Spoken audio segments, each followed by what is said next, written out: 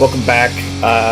Today we're going to go over the video or the newest entry in the Anthrax 40th anniversary documentary. This one's for We've Come For You All. If you missed it, the last video I did was about cassettes, and it was pretty neat. I got some good feedback on that, but now we're back to the whole Anthrax documentary. And this came out 3 days ago, so I'm a little late. Doing this on Tuesday the 13th. Now, I know they got the big live stream coming up on Friday the 16th, so I'm assuming they've got maybe 2 more episodes to drop before then. I keep looking over at the screen, don't worry, I don't know why. I know one, as of my recording of this, did not come out yet. So, yeah, I'm assuming there's going to be one for Worship Music and For All Kings. Maybe even 3, because you've got that period between We've Come For You All and Worship Music, where John left the band, Joey was back in. I think they did the anniversary tour, and then Joey wasn't singing, John didn't want to come back, then they got this guy Dan Nelson, and that was a bunch of drama, and then Dan Nelson left, and they asked Joey to come back. He did a couple shows, and then Joey finally came back. It was a mess for like a super span of what? So Worship Music was 2003. No, I'm sorry. We've Come For You All was 2003. Worship Music, I want to say, was 2010, 2011. I think 7-8 years of like just Anthrax turmoil. I remember visiting. I don't even know if they still have this. Now I think about it, the Anthrax message boards on their site, and reading the stuff going on there, and it was just crazy. A whole bunch of weird drama. But as I said, this is about We've Come For You All, and what many, and even myself, probably consider their comeback album, even though it might have been Charlie in the last episode. I said, or maybe it was Frank. Frank's kind of like the level-headed one, right? It wasn't really, I mean, they never went away, but Stomp 442 and Volume 8, The Threat Is Real, were just kind of there. They weren't pushed. Nobody really knew about them, especially Volume 8, because, you know, the whole thing with the label going under right as the record's released. But for many, this was a return to form for Anthrax. I mean, it was a heavy album. I remember when it came out. I was blown away. And more than anything, I think I was blown away not only by the heaviness of it, but in particular, Charlie's drumming. You know, it's kind of cliched to say that somebody is an underrated drummer, but I definitely don't think he gets the respect he deserves. And when you listen to this album, his drumming is just, it seems like he's got years of aggression, like that whole not 8 years, sorry. Just years of aggression come out, and creativity too, for that matter. What's the song? Da, da, da. Nobody Knows Anything. He's got like a mini drum solo in there, and he goes off.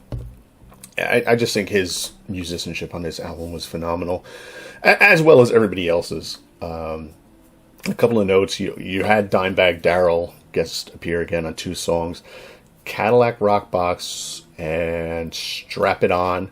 No, is it Strap It On? Nope. Let me look real quick. Dimebag Darrell. His appearances. Oh, it was Strap It On. Sorry. And then they had like Roger Daltrey doing backup vocals on Taking the Music Back. Wow, my memory is shot. Which was super cool when you think about it. So let's get into it. Enough of me yammering. This video is 18 minutes long, so it's pretty long. And watch along. Gotta do my fancy. Did I click out of that? No. Okay. Are you ready to rock and roll? Let's do this.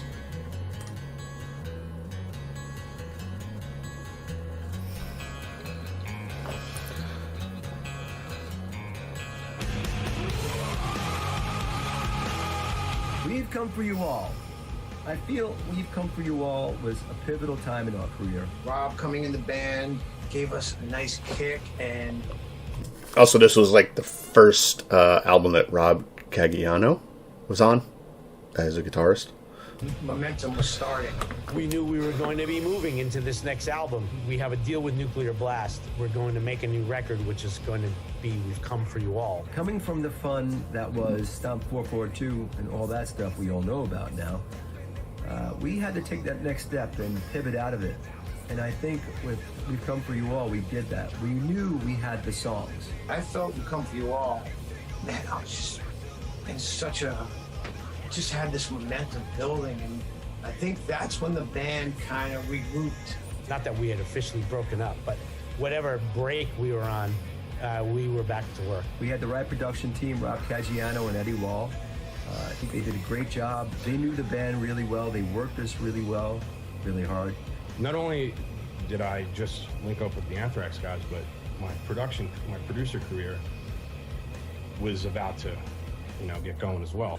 Rob was great. Rob was a trip. He's a funny, dude. If you know Rob, he's just very, he's got that New York trip. He's just kind of no frills. Does he live in a castle? Great guitar player. Those ceilings seem very high in his house. I think he contributed a lot. He's myself and my partner Eddie Wall at the time. I remember when Rob and I were pitching the band to produce We've Come For You All. And I was like, yeah, let's just do a track and see how it comes out. If it sucks, then it sucks, and that's it. We went in the studio and we cut a song called Superhero. And it came out really good. And it turned out, everybody was in agreement. They wanted us to do the record. And we had all these different ideas about what to do with the songs and how to change things. It was only one album that I was with Rob that We've Come To You All. Him and Eddie, his partner Eddie, they actually, recorded the record as well. And Eddie was great, and I spent a lot of time with those guys in terms of recording. Coincidentally, Rob was the lead guitar player, but also a great producer, and has a great ear. Rob is also an amazing drummer, bass player. He's just a really, really talented guy. Production was just another one of his great talents. Yeah, it's like when you get with guys that have been, playing together for years and years and years, there's certain things that kind of happen when they're all playing together in a room. There's like an instinct between all of them, you know what I mean? Musical instinct. So for me, what I really wanted to do, I really just wanted to capture the raw live energy with Anthrax is, rather than make a Pro Tools record. So yeah, I think we did that for sure. I had the guys play together when we were cutting Charlie's drums. Everybody was kind of feeding off each other's energy, out in the live room. I think we all got together again, and really, it was an effort. It was a team effort for that record, and I think we knew what was on the plate there. Every step of the way, we just kind of went for that energy. I know this has really nothing to do with what's going on. I'm looking at my microphone on the camera. So, Bello and Eflison had their own side gig. Eflison was kicked out of Megadeth because of some illicit texts or whatever happened. So does that mean Bello and Eflison, what is it? Not Angels and Airwaves? It's not important, but I just thought of that for some reason. Back to the video. And we just kind of sculpted those songs until everyone was happy, until it sounded great. And it was fun recording it. I wasn't in the best of mindset because I had just gotten married, and I left my wife to go back to New York to finish recording, and she came and visited me, and that was cool, but I didn't want to be there, but I was happy recording. And Altitudes and Attitude. I'm proud the way the vocals came out on that record. I know I didn't really want to. I wanted to be done so I could get out of there, but I was focused, and I think the vocals on that record came out great. John and I in Anthrax, we were very close in Anthrax when he was in the band. He stayed in my house for a long time with me and my wife. We were writing, so it was a lot of fun. He's John's family, We had a ball. He stayed when I had a condo in Yonkers, and my wife, she was great. So my wife would go to bed, and John and I watch TV and drink beers and just fucking talk all night. It was just great stuff, man. Just fun stuff. John's obviously, he'll always be family. He became part of the family then, and that's why he's always going to be a member of the family with Anthrax. It's an awesome record. We were with Nuclear Blast in Europe, which was great because they're an awesome label. The States thing was still kind of, not quite together, just like it wasn't for Volume 8. We went on this indie label, and it kind of ended up went belly up. But Europe was really, we had a kind of a surge upwards because Nuclear Blast did an amazing job. A lot of people called it our comeback. And look, I'm not complaining. You know, every interview, did 400 interviews, and pretty much every single one of them said this is quite the comeback, you know, and I was like, don't call it a comeback. We've been here for years. Yeah, but I get LL Cool J, I son. understand. Look, it was our first record out on Nuclear Blast. They really did a good job. I mean, they really got behind that record. They got. Yeah, I mean, again, hear the record, it wasn't a comeback, pay attention, but it was a to what comeback. was It's just one of those things. album. And it is a great record. You know, there's some awesome tunes on that record. Safe Home, Nobody Knows Anything, What Doesn't Die. I mean, it's super powerful, and you know, there's some really interesting moments. Black Dahlia is a cool tune, and I think it's awesome. I love Superhero, Refuse to Be Denied. I mean, on and on. I just think it's a great record. We got Roger Daltrey to scream on Taking the Music Back.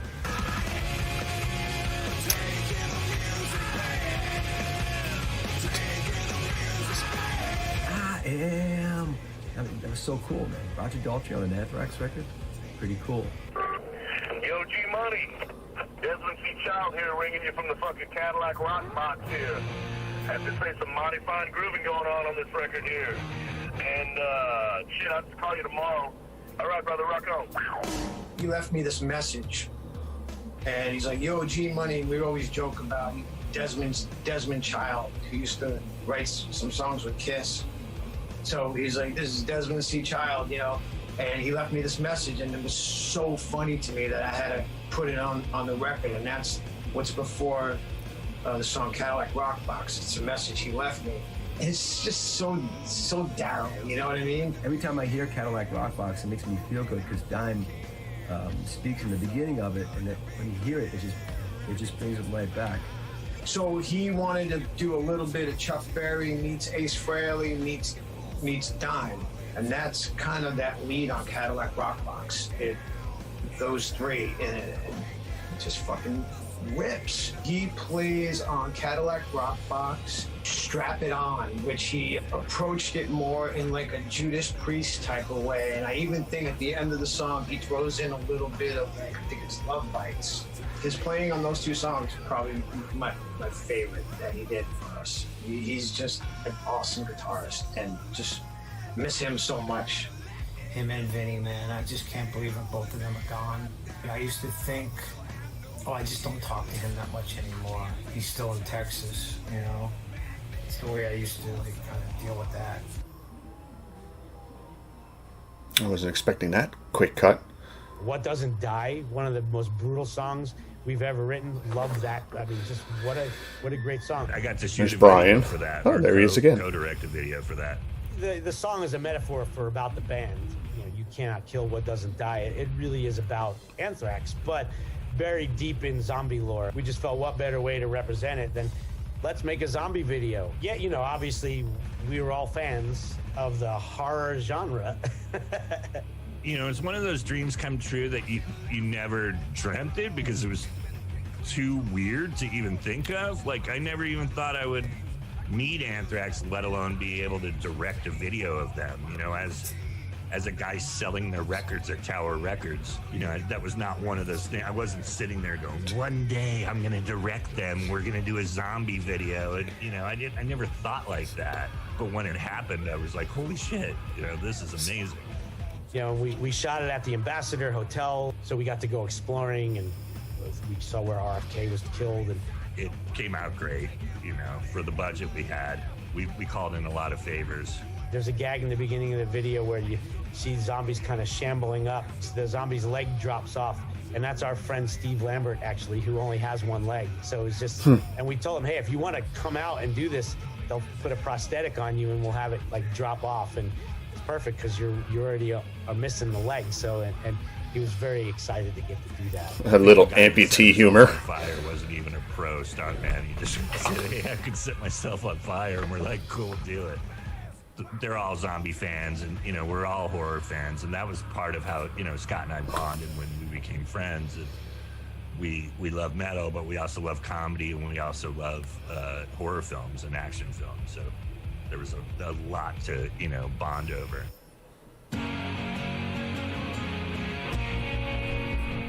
Before we get into Safe Home and the whole Keanu Reeves thing, I always, even before Scott said that, I kind of saw What Doesn't Die as a song about Anthrax and like their whole career and how you just, no matter what happened in the band and their personal life, like they just weren't going away ever. They wouldn't die. You couldn't kill them, like you said.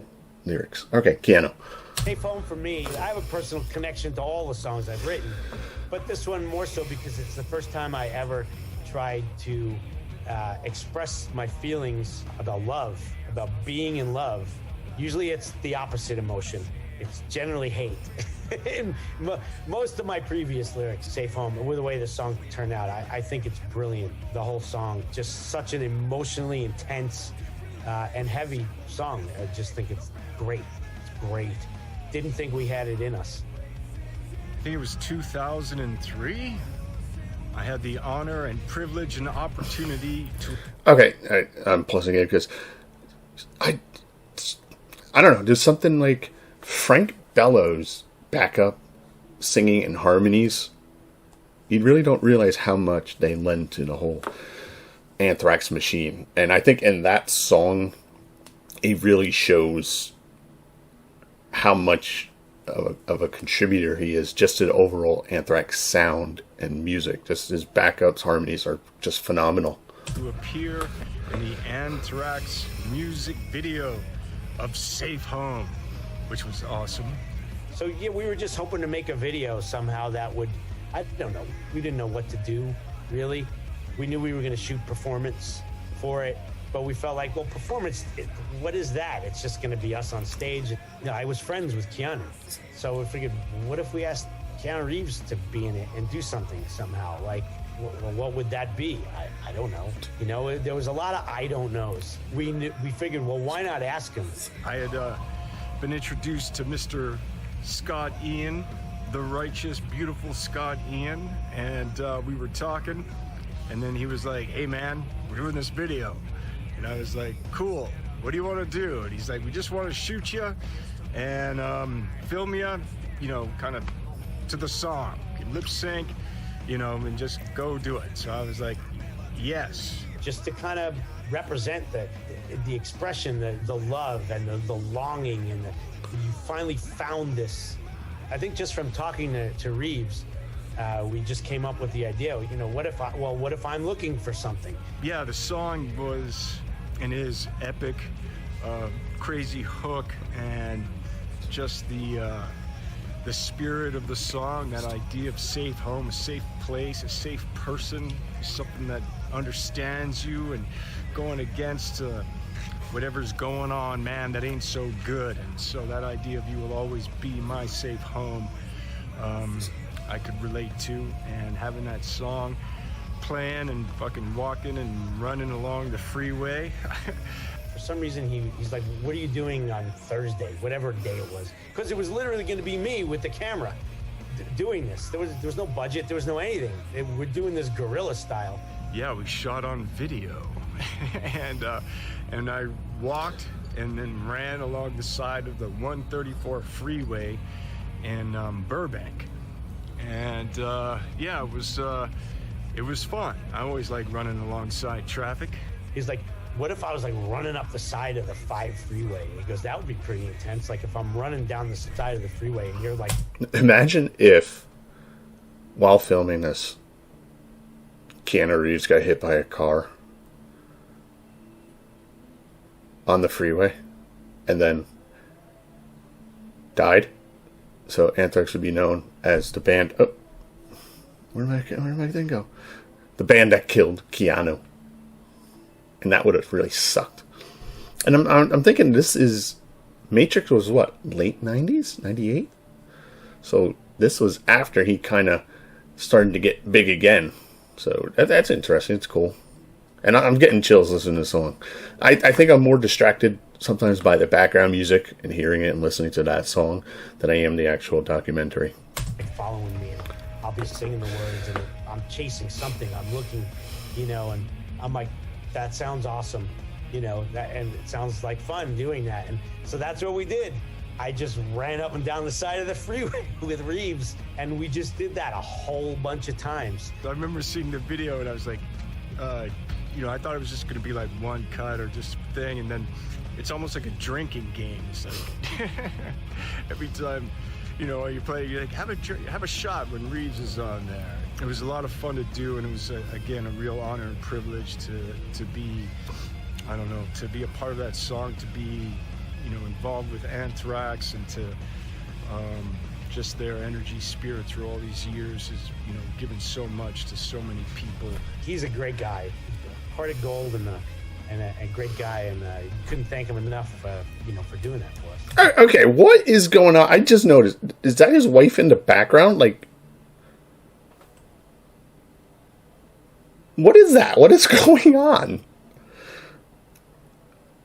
Are you in your bedroom and am I missing something? It's like, I don't know. I just noticed a person moving, and I'm assuming it's his wife, Pearl. Thank you. Thank you, Scott. We Come For You All, that's when kind of we turn to, I want to do an Anthrax album cover, like from the old days, like those type of things. And that's when Alex Ross was contacted. The cover, that's one of my favorite album covers too. And that was the thing about it that him and I discussed. You don't know if the band or these superheroes, whoever they are pulling these people down, or if the people are pulling them into this world. I'd be hard pressed between Sound of White Noise and We've Come For You All if I'm going to choose which I think would be the best of the four Bush era records. We've Come For You All is a great record. It sounds better, 100%. I love the production on We've Come For You All. Great songs on that record. And around that time, I was having these kind of ideas about a comic book, and Brent Thompson, who was our artist at the time, he and I were collaborating a lot on different things. We always wanted to have something that symbolized the band, the letter A. He came up with a really cool design that I loved because we wanted to have a... Okay. They call it, what, the Thraxogram? And I'm not a Slayer fan. I mean, I like Slayer, but Kerry King is, I don't know. Whatever you think of Kerry King, I don't think I think of him now because I'm about to talk to him, but I remember he kind of got on Anthrax for coming up with the pentagram and making fun of them that, oh, you're like 30 years too late or whatever. I think the design is cool, the way it incorporates the A into it, but you know, I'm not Kerry King, obviously. Like a star in it and the big A, so that when you saw it, you identified the band with that and not just the Anthrax logo. And then the emblem that appear on our chest is like, it's like the Superman emblem. You know, it's that Kryptonian symbol. Plus in the back of my mind was this whole comic book concept too. And these album covers that were about to come out would tell a story. This record, for me, put it back on track. Anthrax does that. When we need it, we come together and we rise above it. And that's maybe it's an energy that we have together. But whatever it is, I'm happy we have it. It still works. Again, it was like, fuck it all. Let's just go for it. And that's what we did on this record. We just went for it. Like, it was back to basics. That record, I think, was important for us because it got us to the next step where we needed to be in our career to get where we are now. I love every song on this record because they all stand out. They all mean something. So much about that record. Right time, too. Now somebody's under the covers. It's got to be his wife. But metal was kind of on an upswing. Filmed somewhere else. You know, you had bands like System of a Down, which had become huge by that point. Lamb of God had broken by that point. Newer bands, you know, that were flying that flag, and we had a great label behind it, and it really was certainly, you know, did put us back on the map in a big way. That's how the title came about. We've come for you all. We want all of you, you know, because we didn't reach a lot of you on the last record. but now we want to reach you all. The song Refuse to Be Denied, I mean, all of these songs have so much meaning to what we went through. Taking the Music Back, that's another song that just felt that music was going away. It was being mass marketed to young kids, and just the pop thing just was totally saturating music, and things were different. As it still is to this day. Metalheads and other metalheads will understand it. I like owning this. I like smelling it. You know, everything about it. And I think our fans do too.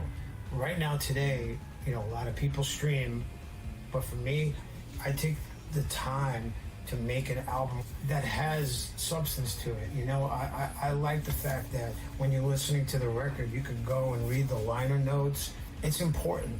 That's why the song Taking the Music Back. I agree, and I don't know why I keep looking at the microphone, because that's not where the camera is, but I went over this in the last video about cassettes making a big comeback. You should go check that out. And listening to it and reading everything, and like I said, the smell, you can't replace that. Oh.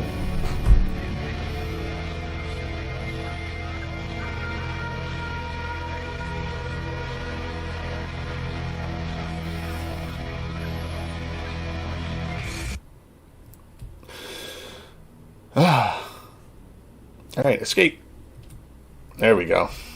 Let's go back to camera here. Where am I? Just a cam. So yeah, I mean, that was... Did that pop up? I hope you all don't see... No, you don't see that. Never mind. Yeah, I mean, I love We've Come For You All. As I was sitting there, I listened to Safe Home. I'm just getting chills. Because I was more or less listening to the music, and I know the music's supposed to be background, but to me the documentary part was background because Safe Home was on. Yeah, so it's really cool how you got into the whole Keanu Reeves thing. And I think they realized, too, that it is their comeback album. I hate to do air quotes. So, all right, very cool. It looks like Worship Music is up next, right? Yeah, like I said, unless there's a story in between. Let me make a quick check. It's going to look weird here. No, you know what? It would have came up. Hold on, let me look. Let's see if it comes up. Maybe they put a new one out while I was recording this. I doubt it. No, I don't see anything. So cool. We got that to look forward to, right? All right. Socials down below, emails, whatever. Leave a like. Drop a comment, subscribe. That would be cool and super awesome. Be sure to go check out the last one where I went over cassettes and physical media, mostly cassettes, obviously. I showed you like five different types of cassette packaging and how they're being marketed now with this whole new cassette resurgence. And I'll check you next time. Thanks. Bye.